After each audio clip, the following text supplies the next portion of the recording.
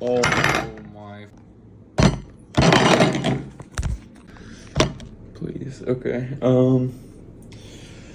Hello. Welcome to day 93, I believe. I was unfortunately 168 pounds this morning, which is just like a crazy drop. It just makes no sense to me.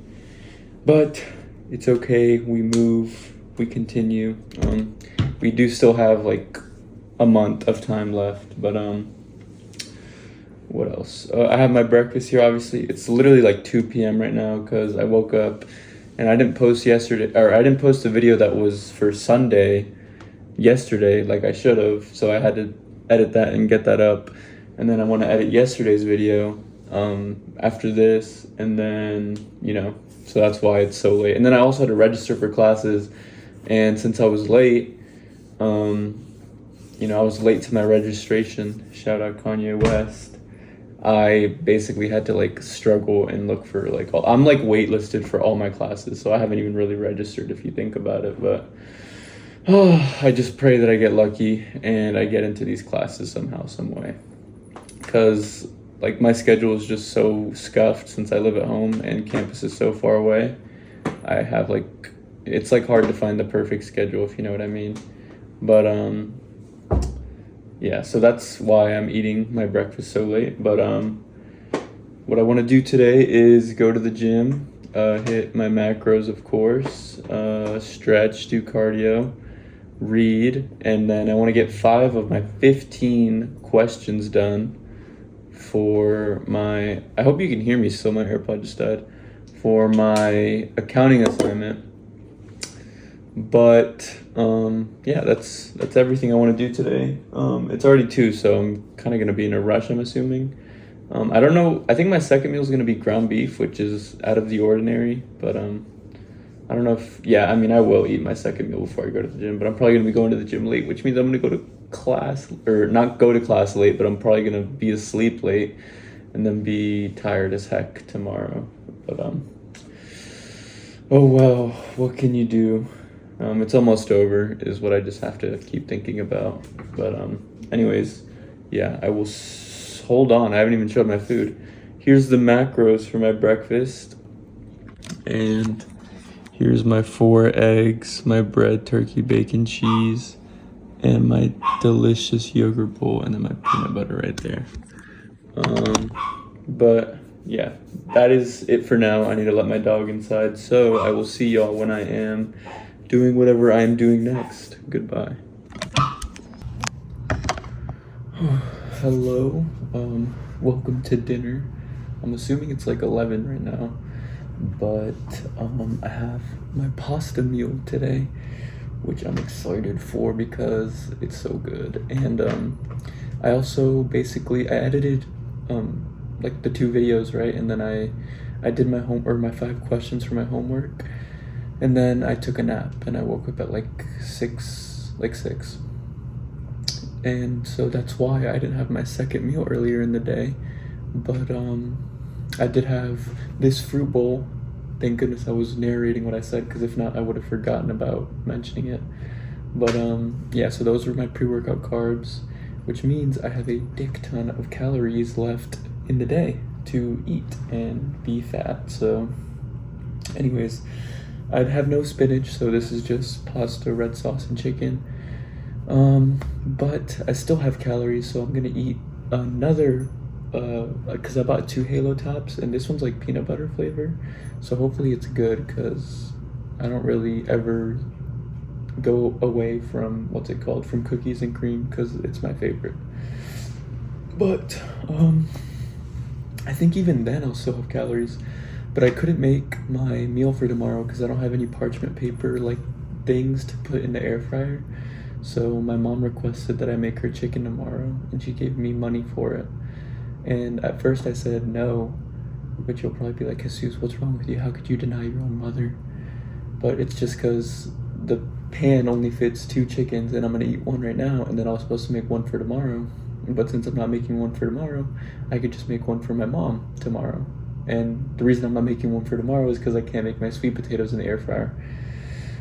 So yeah, anyways, today was push. I think it was a good push day. I was this close to not doing my cardio today, but like I literally, and the reason was because I don't like doing cardio next to someone. Like I like when you're using the urinal, you know how like you go in and obviously you wouldn't use the urinal next to someone. You always want there to be a space or like a urinal in between you and the other person.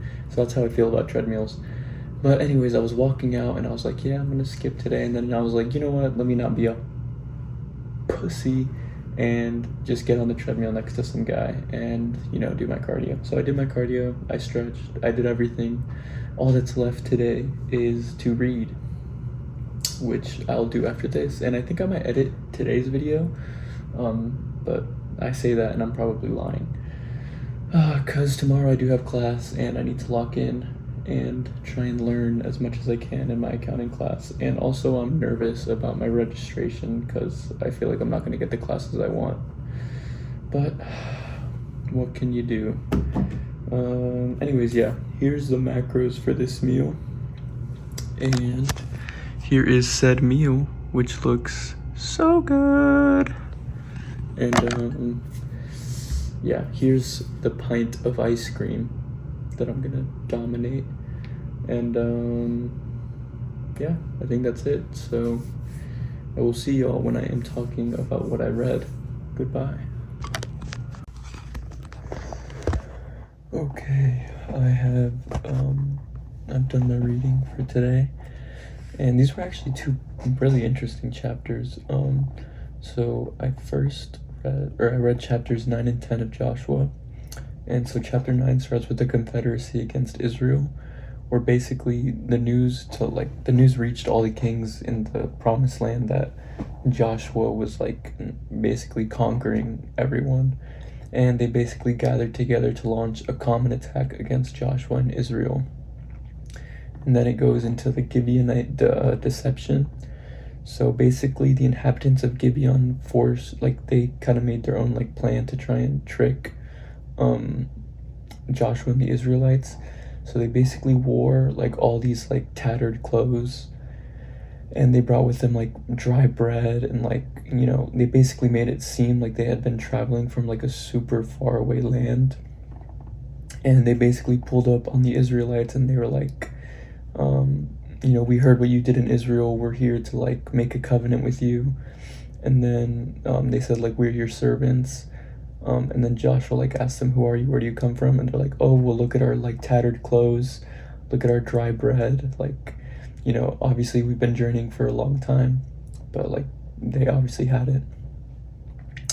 And then so, you know, and then it says, so Joshua made peace with them and made a covenant to let them live, which the leaders of the community sealed with an oath. And then the next part of this chapter is the Gibeonites made vassals.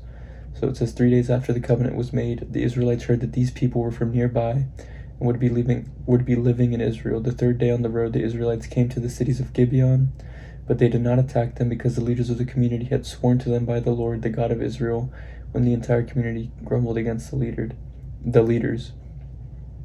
So basically, you know, the jig is up, okay? So Joshua summons the Gibeonites, and he says to them, why did you deceive us and say we live far off? We live far off from you. You live among us. Now you are accursed. Every one of you shall be a slave, hewers of wood and drawers of water. So hewers of wood and drawers of water, it says, is a proverbial term for those who do menial tasks. So, you know, Joshua kind of does show them mercy by not, you know, killing them. But then they're basically just forced to do like, you know, trivial tasks for the Israelites. So it says, Joshua did what he decided while he saved them from being killed by the Israelites. On that day he made them, as they still are, hewers of wood and drawers of water for the community and for the altar of the Lord in the place the Lord would choose. So that is chapter 9. And then chapter 10 is like a pretty long chapter. Let's see. So basically, you know, there was 5 kings, and they basically heard that, like, you know, nobody was stopping Joshua. So it says Adonizedek, king of Jerusalem, sent like a message to 5 other kings and said, "Come and help me attack Gibeon, for it has made peace with Joshua and the Israelites." And so it says all these kings and like their armies marched against Gibeon to make war on it. Thereupon the Gibeonites sent an appeal to Joshua in his camp at Gilgal.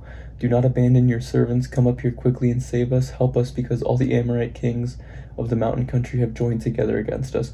So now the Gibeonites are basically pleading to Joshua to help them, since they're the Israelite servants now. And then it says, the next part is Joshua's victory. So it says, "So Joshua marched up from Gilgal with all his army and all his warriors. The Lord said to Joshua, 'Do not fear them, for I have delivered them into your power. Not one of them will be able to withstand you.'" And it says, "After an all-night march from Gilgal, Joshua made a surprise attack upon them, and the Lord threw them into disorder before Israel." Excuse me. It says, "The Israelites inflicted a great slaughter upon them at Gibeon and pursued them down the Beth Horon slope, attacking them as far as Azekah and Makkedah." And then it says, "While they fled from Israel, the Lord hurled great stones from the heavens above all the way to Azekah, killing many." It says, "More died from these hailstones than the Israelites killed with the sword." And then it says, "It was then, when the Lord delivered up the Amorites to the Israelites, that Joshua prayed to the Lord and said in the presence of Israel, 'Sun, stand still at Gibeon, moon in the valley of Aijalon.' And the sun stood still, and the moon stayed, while the nation took vengeance on its foes." And it says, "This is recorded in the book of Jashar. The sun halted halfway across the heavens. Not for an entire day did it press on." It says, "Never before or since was there a day like this, when the Lord obeyed the voice of a man, for the Lord fought for Israel. Then Joshua and all of Israel returned to their camp at Gilgal." So, I don't know, Joshua was just flexing on him at this point, I guess. He basically just commanded the sun and the moon to stay still, and they did so. And I guess it says that this is like the only time the Lord obeyed the voice of a man, because the Lord was fighting for Israel. But the next part is the execution of the Amorite kings, and then it's just like literally how oh yeah, okay, so all these Amorite kings that like basically like teamed up to try and take down Joshua, all the kings fled, and they basically were found hiding in a cave. And then Joshua tells like his army, roll large stones to the mouth of the cave and post guards over it. And then it says, "Once Joshua and the Israelites had finally inflicted the last blows in this great slaughter, and the survivors had escaped from them into the fortified cities, all the army returned to Joshua in the camp at Makkedah in victory. No one uttered a sound against Israel.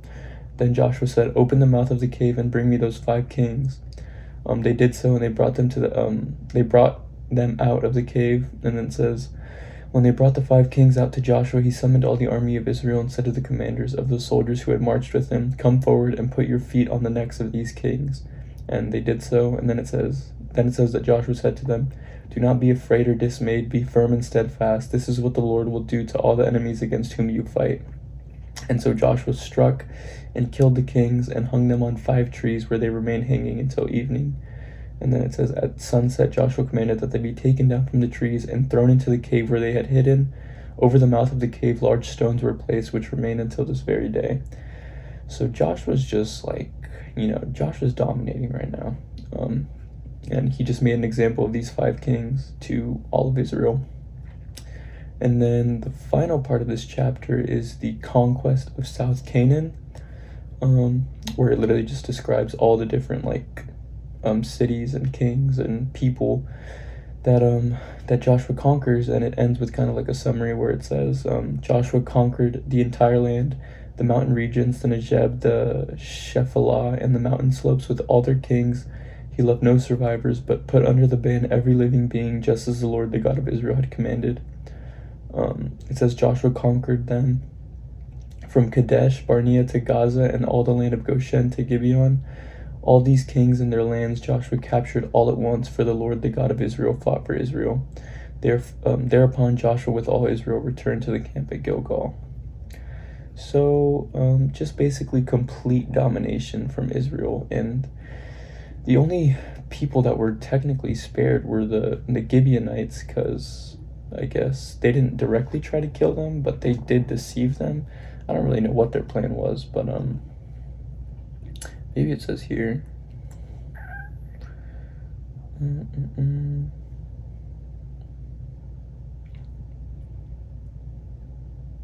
Oh, okay, so the reason that the Gibeonites weren't, killed is because um, it says when the Israelites discovered the lie 3 days later, they were bound by their oath and made the Gibeonites servants who had become woodcutters and water carriers for the community in the altar. So because they basically made a promise to them that they would make a covenant with them, they were spared. So that's very lucky. But it is 1 a.m., so I need to shower and go to bed. Probably won't edit this video today because I'll do it tomorrow. But yeah, that is it for today. Here's my empty ice cream. Oh my gosh. And I give the peanut butter cup flavor like a 6 out of 10, honestly. It wasn't really that good, but it was good. So that's why it gets a 6. But yeah, that's it for today.